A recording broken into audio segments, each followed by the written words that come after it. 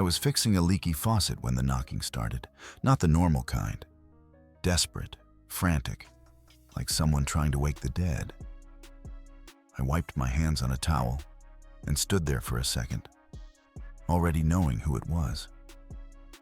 2 weeks. That's how long it had been since she walked out, asking for a break to find herself. The first few days, I was angry, then confused. Then I just got tired of caring. By week 2, I had a routine. Work, gym, dinner with my buddy Connor, sleep. No drama. No second-guessing myself. No walking on eggshells, wondering if I'd said the wrong thing. Just peace. Saturday afternoon, that peace shattered. I opened the door, and there she stood, holding a bouquet of grocery store flowers, mascara running down her face. Her eyes were puffy, red, swollen from crying. She looked like she hadn't slept in days. "Can we talk, please?" I didn't move from the doorway, just stood there, one hand on the frame, watching her. "I made a horrible mistake," she said, voice cracking. "You're my soulmate. I don't know what I was thinking. I need you. Please, can I just come in and we can talk about this?" I watched her for a moment, the flowers shaking in her hand, the desperation in her voice. This wasn't someone who'd had a peaceful 2 weeks of self-discovery. This was someone whose plan blew up in her face. "What happened?" I asked calmly. "Did your ex sleep with you and then ghost you?"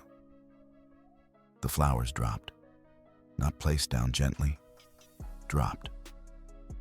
Her face went white, then red.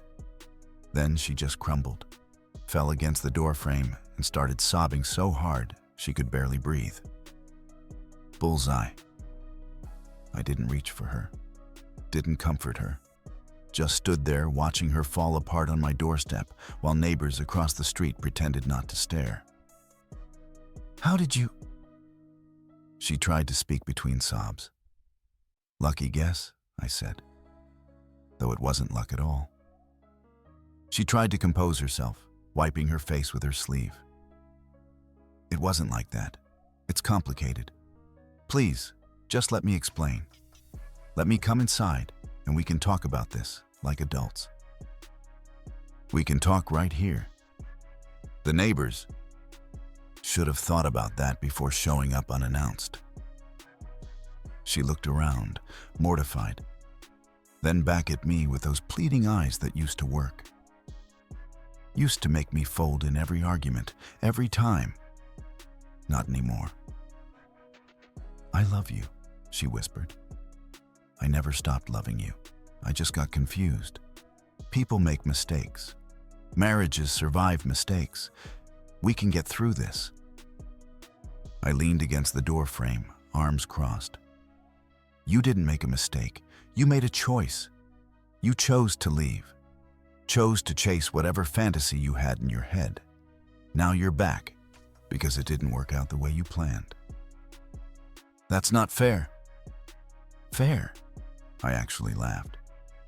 "You walked out 2 weeks ago telling me you needed space to figure out who you are. Said I was suffocating you. Said you felt trapped. Now you show up with grocery store flowers talking about soulmates." Her face twisted. She knew I was right. She knew exactly what she'd done. "Please," she tried again. "Just give me a chance to explain everything. I know I hurt you. I know I messed up. But we can fix this. We've been together for 6 years. That has to mean something." "It meant something," I said. Past tense. The way her face fell told me she finally understood. This wasn't a negotiation. This wasn't me playing hard to get until she apologized enough. This was done. "You're not even going to hear me out?" Her voice shifted from pleading to frustrated. "After everything we've been through, you won't even listen." "I'm listening right now. You haven't said anything worth hearing." She stared at me like I'd become a stranger. Maybe I had. Maybe the version of me she knew would have let her back in already, desperate to fix things, afraid of being alone. That guy was gone. "I need you," she said again, quieter this time. "You needed your ex 2 weeks ago. How'd that work out?" She flinched like I'd slapped her. Good. She should feel every bit of this. "I'm staying at my mom's," she finally said, defeated. "When you're ready to have an actual conversation, you know where to find me. Don't hold your breath." She picked up the flowers with shaking hands, turned, and walked back to her car. I watched her drive away, then closed the door, and went back to fixing the faucet. My hands were steady. No shaking, no second thoughts, no guilt. Connor texted me an hour later, asking if I wanted to grab dinner. I said yes. We went to this burger place we used to hit in college, sat at the bar, ordered too much food. He didn't ask about her. Didn't need to. He just kept the conversation on normal things. Work, sports, his ongoing disaster of a dating life. When I got home that night, there were 6 missed calls from her. 3 voicemails. I deleted them without listening. Then I blocked her number and went to bed. Best sleep I'd had in 2 weeks. Sunday morning, I woke up to find her sitting on my front steps. She'd been there a while, based on the coffee cup beside her. I opened the door in my gym shorts and t-shirt, planning to go for a run. "We need to talk," she said, standing up quickly. "No, we don't." "Yes, we do. You deserve to know everything." I almost laughed. "I already know everything. You reconnected with Blake from high school. Saw him commenting on your photos about 3 months ago. Sweet comments, flirty comments. You started responding. Then the messages moved private." Her face went pale. "You went through my phone? You left it on the counter the morning you walked out. Screen was unlocked. I saw enough." She looked sick, actually sick. Put her hand on the railing to steady herself. "So you knew this whole time? You knew where I was going?" "Had a pretty good idea. Blake Morrison, quarterback, the one that got away. You mentioned him enough over the years whenever you'd had too much wine and got nostalgic." She slumped back down on the step. "Why didn't you say anything? Why did you just let me leave?" I sat down on the top step, keeping distance between us. "Because I wanted to see if you'd actually do it. Wanted to see if 6 years of marriage meant less to you than some fantasy about your high school boyfriend." "It wasn't a fantasy." "Then what was it?" She was quiet for a long moment. When she finally spoke, her voice was barely audible. "I thought maybe I'd married the wrong person. I thought maybe if I just saw him again, spent time with him, I'd know for sure. And he was exactly what I remembered. Charming, confident, said all the right things about how he never should have let me go. How seeing me again made him realize what he'd been missing. Let me guess. He's married too?" She nodded, engaged. But he said it was complicated. Said he wasn't sure about her anymore. "So you went there thinking what? You'd run away together? Leave your lives behind?" I don't know what I thought. Her voice cracked. "I just needed to know. Needed to feel something I hadn't felt in a long time." "And did you feel something?" She looked at me, tears starting again. "For about 4 days, yes. He took me to nice dinners. We talked for hours. He made me feel like I was 22 again, like anything was possible. Then what happened? Then we slept together." She said it so quietly, I almost didn't hear. "And the next morning, everything changed. He got distant, started checking his phone constantly, made excuses about work. By that evening, he told me his fiancée found out I was staying with him and gave him an ultimatum. He chose her. Shocking. He blocked me on everything, wouldn't answer my calls. When I showed up at his place the next day, his fiancée answered the door and told me to leave before she called the cops. I should have felt satisfaction hearing this, should have felt vindicated. Instead, I just felt tired. "So you came back here," I said. "Where else was I supposed to go?" "Your mom's, a hotel, literally anywhere but here." "I came here because this is my home, because you're my husband, because I made a mistake, and I need you to forgive me." I turned to look at her directly. "You didn't make a mistake. You planned this.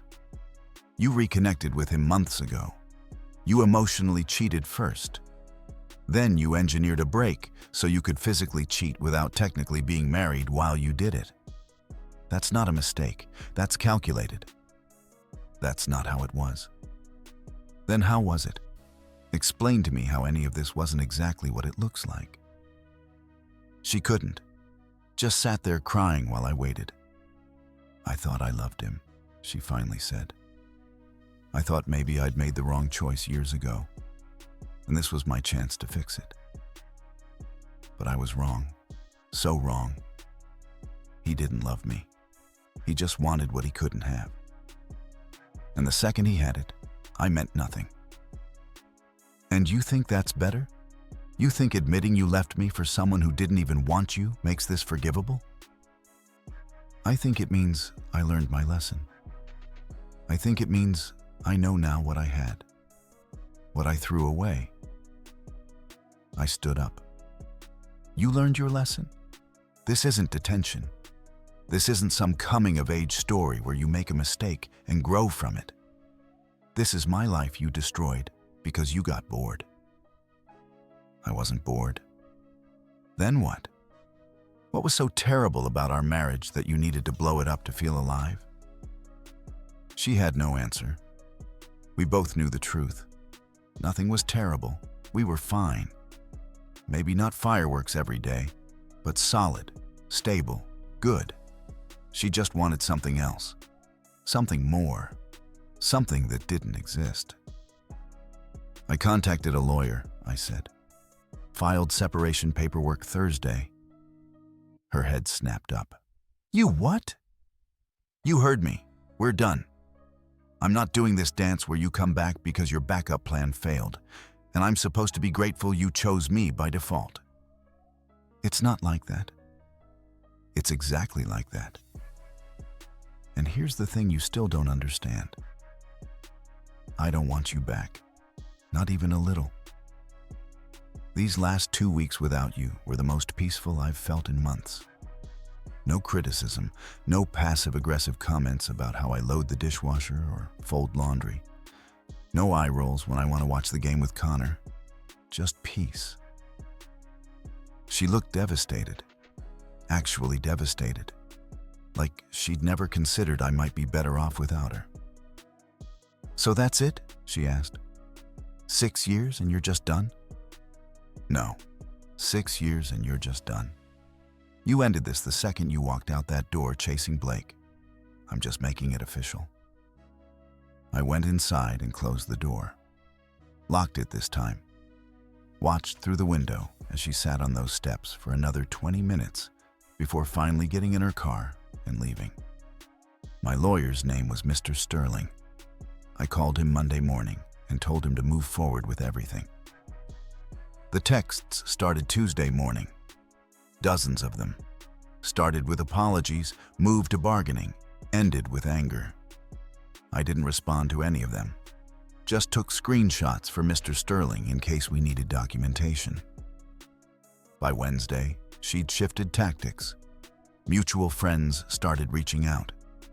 First was Melissa, her college roommate. "She's devastated. Can't you at least hear her out?" Already did, not interested. Marriage is about forgiveness. Everyone makes mistakes. Melissa, she left me for another guy. Planned it for months. That's not a mistake, that's a decision. Silence on the other end. Then, I didn't know it was like that. She made it sound like you two were having problems and she just needed space. Yeah, she's good at spinning things. Thanks for calling. I hung up. Within an hour, 3 more friends texted saying they'd heard the actual story and were sorry for bothering me. Funny how the narrative changed when people knew the details. Thursday, my brother called. Mom wants to know if you're coming to dinner Sunday. Is she invited? Mom said absolutely not.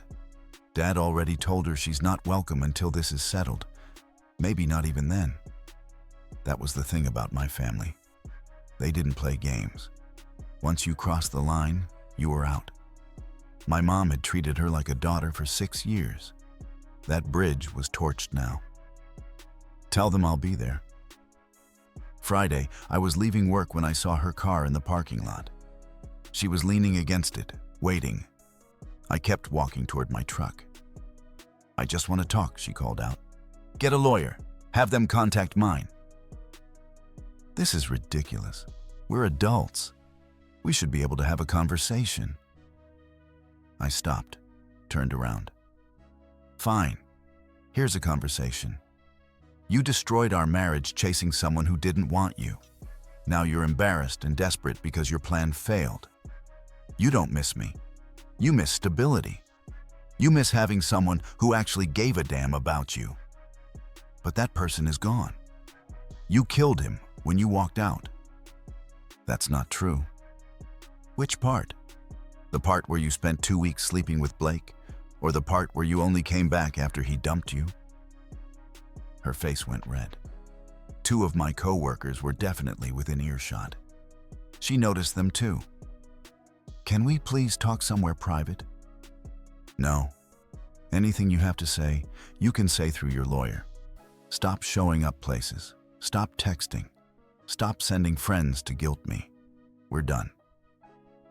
I got in my truck and drove away. Checked my rearview mirror and saw her standing there, looking lost. Good. She should feel exactly how she made me feel 2 weeks ago. Saturday morning, Mr. Sterling called. She's retained representation. Clayton Vaughn, local guy. He reached out wanting to discuss settlement terms. What kind of terms? She wants the house. I actually laughed. The house I bought before we got married? The house that's in my name only? She wants that. Apparently, she claims she contributed to mortgage payments and maintenance. She didn't contribute anything. She worked part-time at a boutique making minimum wage. Every penny went to her shopping and girls' nights. That's what I figured. I told Vaughn we'd be filing a formal response. Also, she's claiming emotional distress. Emotional distress? She's the one who left. I know. It won't stick. This is just posturing. She's trying to leverage something, anything, to force you back to the table. Don't engage. Let me handle it. I spent the rest of Saturday deep cleaning the house. Scrubbed every surface she'd touched. Changed the sheets, even though she'd never slept in them after leaving. Rearranged furniture. By the time I finished, the place looked different. Better. Like a weight had been lifted. Connor came over that evening with pizza and drinks. We sat on the back porch, not really talking about anything important. Just existing. No drama, no complications. You doing okay? He finally asked. Honestly? Yeah. Better than I thought I'd be. Good. You deserve better than someone who treats you like a backup plan. You know what the weird part is? I'm not even angry anymore. Just relieved it's over. Like I've been waiting for this shoe to drop for a while and now it finally has. He nodded. Probably because you saw it coming. The Blake thing didn't surprise you. Not even a little. She talked about him too much. Compared me to him sometimes.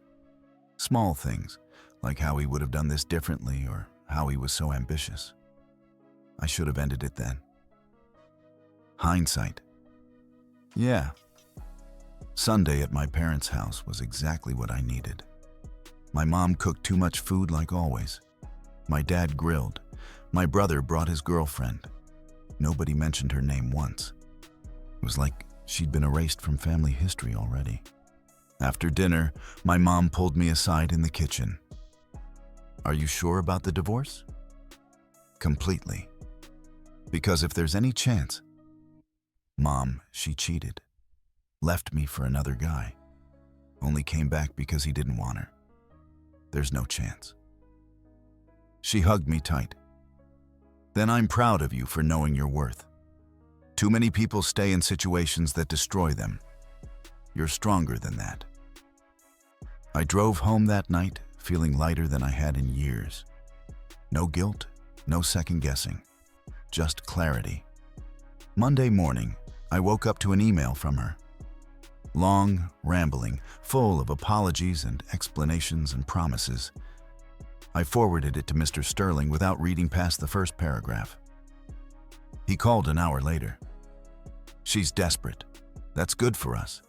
Desperate people make mistakes. Just keep doing what you're doing. No contact. Let everything go through me." That's the plan. And it was. Simple as that. Tuesday afternoon, I was at the gas station filling up when her mother's car pulled in behind mine. Great. I kept my eyes on the pump numbers, pretending not to notice. "We need to talk about my daughter." I turned around. Mrs. Caldwell looked older than I remembered. Tired. "There's nothing to talk about. She's a wreck. Hasn't eaten in days. Can't sleep. This is killing her." Should have thought about that before she left. "She made a mistake, a terrible mistake. But she loves you. She wants to fix this." I finished pumping, put the nozzle back. "Mrs. Caldwell, with all due respect, this is between me and her. You raised her. You know what kind of person she is. Whatever happens now, she earned it. You're being cruel." "I'm being honest. She didn't love me. She loved the idea of me. The second something shinier came along, she was gone. That's not love. That's convenience." Her face hardened. "Marriage takes work. You don't just throw it away when things get difficult." "I didn't throw anything away. Your daughter did. She's the one who left. She's the one who cheated. I'm just refusing to be her safety net." I got in my truck and drove off, checked my mirror and saw her standing there looking furious. Let her be angry. Everyone wanted me to be the understanding husband who forgave and moved on. Nobody wanted to acknowledge what she actually did. Friday evening, I stopped at the grocery store for supplies. I was in the produce section when I heard her voice behind me. "Please, just 5 minutes. That's all I'm asking." I turned around. She looked worse than at the gas station encounter. Hair messy, no makeup, sweatpants and an old college hoodie. People were starting to stare. "Go home. I can't keep living like this. I need closure. I need to understand why you won't even try." "You want closure? Fine. Here it is. You left me for a guy who used you and tossed you aside. You came back expecting me to pick up the pieces. I won't. That's your closure. We're done." "In front of all these people? You're really going to do this here?" "You started this here. I'm just finishing it." Her voice got louder, more desperate. "I made one mistake. One. And you're throwing away 6 years like it meant nothing." "One mistake?" I couldn't help but laugh. "You planned this for months. Messaged him behind my back. Emotionally checked out of our marriage. Then physically left to be with him. That's not one mistake. That's a series of choices." An older woman near the apples was very obviously listening now. A younger guy with a shopping cart had stopped pretending to look at oranges. She noticed the audience too. Her face went red. "Can we please just talk somewhere private?" No, you wanted to make a scene. Here's your scene. You destroyed our marriage chasing some fantasy from high school. He didn't want you. So you came running back thinking I'd be grateful you picked me. But here's what you don't understand. I'm not your backup plan. I'm not your second choice. I'm done being an option. I never said you were a backup plan. You didn't have to say it. Your actions said everything. She looked around at the growing number of people watching. Her eyes filled with tears. You're enjoying this. You're enjoying humiliating me. I'm not enjoying anything. I'm just not protecting you from the consequences of your choices anymore. You want sympathy? Call Blake. See if he answers. Her face crumpled. She turned and practically ran toward the exit. The older woman near me gave a small nod of approval. The guy with the cart just shook his head and went back to shopping. I finished getting what I needed, checked out, and left. No guilt, no regret. Just tired of the games. Saturday, Connor called. Dude, you're trending. What? Someone filmed that grocery store thing. It's all over social media. TikTok, Facebook, everywhere. The comments are overwhelmingly in your favor. You're kidding. I'm not. People are calling you a king for standing your ground.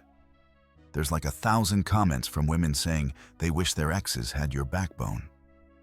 I looked it up. Sure enough, there it was. 40-second clip of me telling her off in produce. Over 200,000 views already. Comments ranged from supportive to brutal. Good for him. Don't be someone's safety net. She thought she could do better and got humbled. Classic. The way he stayed calm while she fell apart. That's how you handle it. I closed the app. Didn't need to read more. Didn't want the attention. But a small part of me felt vindicated. At least people could see the truth now. Sunday, I went to lunch with some guys from work. Casual place, burgers and wings. We were halfway through eating when Derek brought it up. Saw that video. That was you, right? Unfortunately. Man, you handled it perfectly. Didn't yell, didn't get emotional. Just stated facts. The other guys nodded in agreement. One of them, Travis, spoke up. My ex did something similar. Left me for a coworker. Lasted 3 weeks before she wanted to come back. I took her back like an idiot. Biggest mistake of my life. Why? Because she didn't actually change. Just got better at hiding it.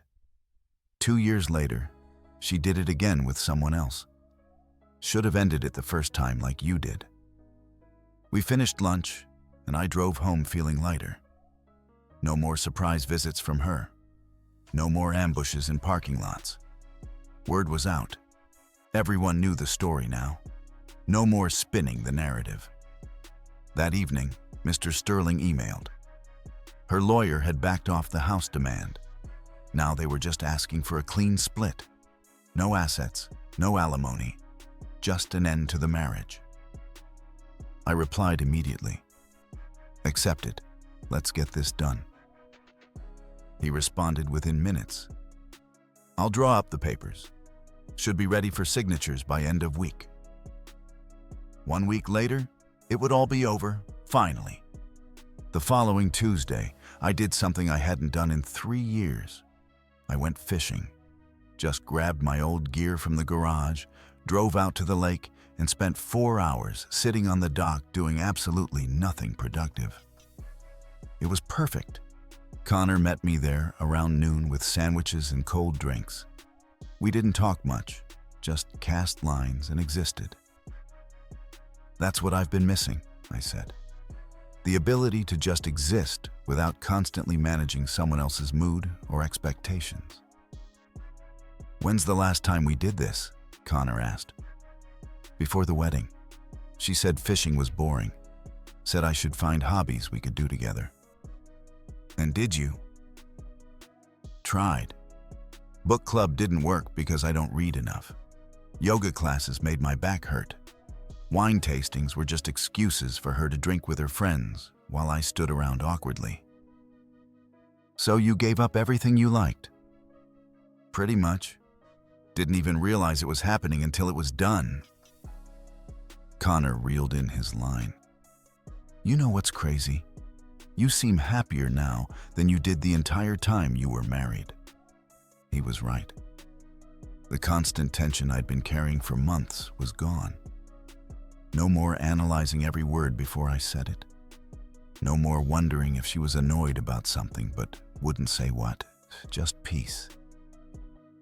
That weekend, I started going through the house room by room. Found things I'd forgotten I owned. My guitar from college. Stack of books I'd bought but never read because she said they cluttered the place. Old gaming console she hated because it was childish. I set everything up in the spare bedroom. My space now. No compromises. No negotiations about whether it looked good or fit the aesthetic. Just stuff I liked because I liked it. Saturday, my buddy Derek texted asking if I wanted to join their basketball league. Something I'd mentioned wanting to do years ago, but never followed through on. When do you play? Thursday nights. Nothing serious. Just guys from work and a few friends. Beer after. I'm in. Showed up that Thursday not knowing what to expect. Turned out I was terrible. Hadn't played in a decade and it showed. But nobody cared. We played for 2 hours, talked trash, laughed at bad shots. Afterward, we hit a sports bar and watched the game. One of the guys, Mason, brought up the video. That was you? At the grocery store? Yeah. Handled it well. Takes guts to stand your ground like that. Didn't feel like guts. Just felt like the only option. Most guys would have folded. Taken her back because it's easier than being alone. Being alone is better than being with someone who doesn't respect you. Mason raised his glass. I'll drink to that. The conversation moved on to sports and work. Nobody dwelled on my situation. Nobody offered unsolicited advice, just accepted me as I was. When I got home that night, I felt more like myself than I had in years. Friday morning, I was at my desk when I got a text from an unknown number. This is Melissa. She's posting things on social media. Thought you should know. I checked. Sure enough, vague posts about growth and learning from mistakes, about how sometimes the hardest lessons come from our biggest failures. Comments full of supportive emojis and people asking if she was okay. Typical, controlling the narrative, making herself the victim who learned and grew while I was the cold guy who wouldn't forgive. I didn't respond, didn't comment, didn't engage. Let her tell whatever story she needed to tell. The people who mattered knew the truth. Connor called that afternoon. You see the posts? Yeah. You gonna say anything? Nope. Good. Let her spin whatever story she wants. Won't change the facts. Sunday, I went to my parents' house for dinner again. My brother's girlfriend, Autumn, pulled me aside after we ate. I know this isn't my place, but I'm proud of you. For what? For not taking her back. My ex cheated on me twice before I finally left. Wasted 3 years thinking I could fix him. You're smarter than I was. Just tired of the games. That's how you know you're done. When you're more tired than hurt. She was right. I wasn't devastated anymore. Wasn't angry. Just done. Ready to move forward with whatever came next. That night, I sat on the back porch with a drink and thought about everything that had changed. 3 weeks ago, I was married and miserable without fully realizing it. Now I was single and actually content. The house was quieter, but not lonely. My schedule was my own. I could make plans without checking in, could eat what I wanted, watch what I wanted, do what I wanted. Simple things that shouldn't have felt like victories, but did. My phone buzzed. Text from Mr. Sterling. Papers are ready. Just need your signature and hers. Can you come by the office Monday? I'll be there. 3 weeks. That's all it took to dismantle 6 years. Part of me thought it should hurt more, should feel like a bigger loss. But mostly, it just felt like finally putting down something heavy I'd been carrying too long. Monday morning, I signed the papers. Mr. Sterling witnessed it, made copies, sent everything to her lawyer. Should be finalized within 2 weeks, he said.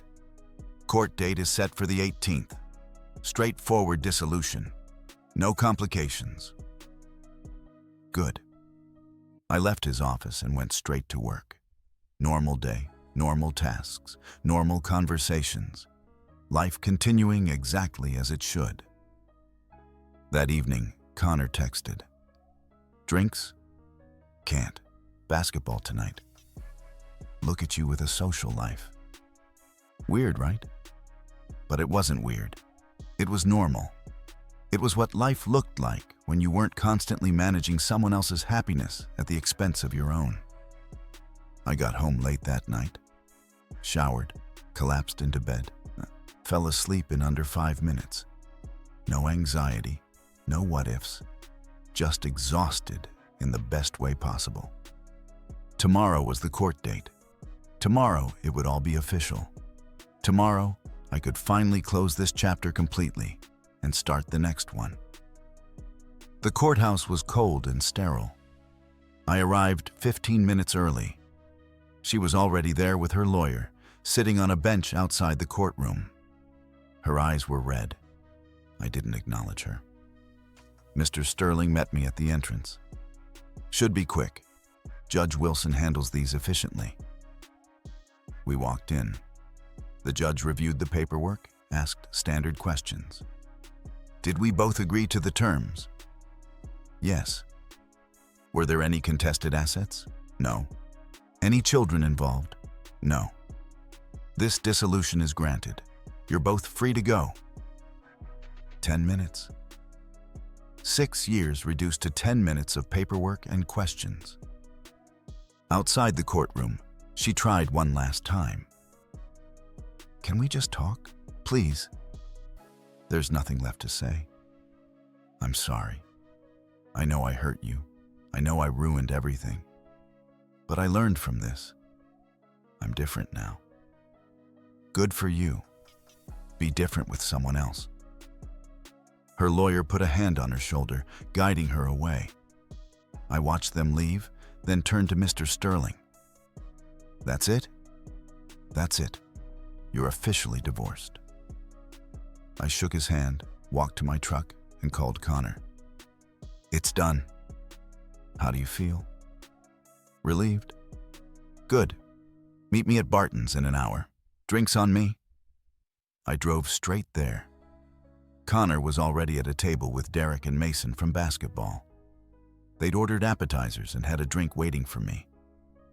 To new beginnings, Connor said, raising his glass. We drank. We ate. We talked about everything except her. Sports, work, Mason's terrible dating app experiences. Normal conversation with people who cared about me without expecting anything in return. Around 9, I headed home. The house was dark and quiet. I turned on lights, grabbed a drink, sat on the couch. No regrets, no second thoughts, just closure. My phone buzzed. Text from my mom. Proud of you. Come by for dinner Sunday. I'll be there. Another text. Melissa again. She's devastated. This is really happening. I blocked the number, done being the messenger service for her guilt. I thought about everything that had happened. The signs I'd ignored, the compromises that became sacrifices, the slow erosion of who I was trying to be, who she wanted. All of it leading to this moment. She taught me something valuable, though. Never ignore red flags. Never sacrifice your self-respect for anyone. Never be someone's backup plan. Those were lessons worth learning, even if they came the hard way. I finished my drink, turned off the lights, and went to bed. Tomorrow, I'd wake up single, unburdened, and genuinely okay with both. No drama, no complications, just me figuring out what came next. And honestly, that felt like the best possible outcome.